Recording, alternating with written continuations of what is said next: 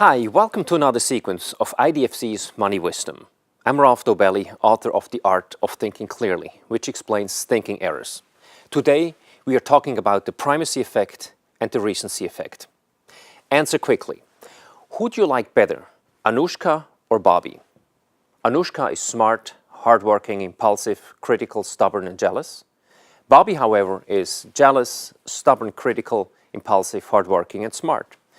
Who would you rather get stuck in a lift with? Hint, the descriptions are the same, but most people choose Anushka. Why? Because your brain pays more attention to the first adjectives in the lists, causing you to identify two different personalities.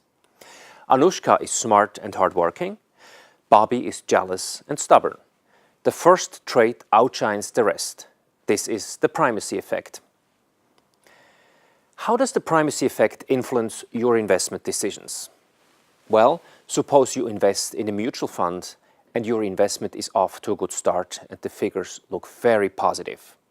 You will be inclined to view everything positively in the months to come. Good first impressions are deceptive, not only when you meet people, but also when you meet investment opportunities. The primacy effect doesn't stand alone. The recency effect matters as well. It's simple. The more recent the information, the better we remember it. When we file a new piece of information, our brain discards an older piece to make room. Which is stronger, the primacy effect or the recency effect? Well, it depends on the setting. If you have to make an immediate decision based on a series of impressions, the primacy effect weighs heavier. But if you formed a series of impressions some time ago, the recency effect dominates. The recency effect plays a huge role in investing. We tend to remember the last big event, for example, the last stock market crash, the last inflation spike, the last oil shock, the last currency crisis. And we tend to believe that all such future events will follow the same path. Here's another example of the recency effect. At IDFC, the stock market is divided into three zones.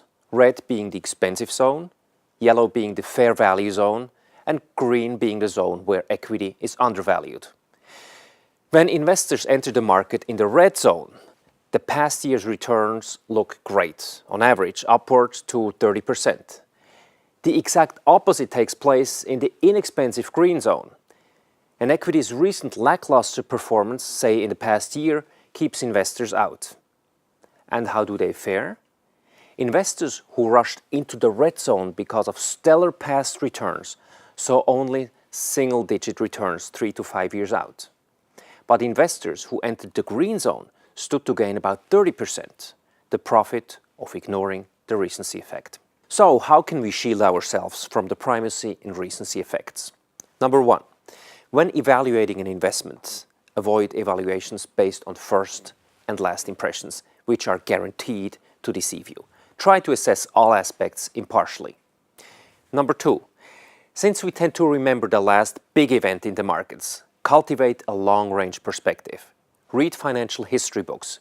You will be more alert if your mind is not captured by the most recent fall-off. In conclusion, first and last impressions dominate, but be sure you count the middle just as much as the hello and the goodbye. Thank you.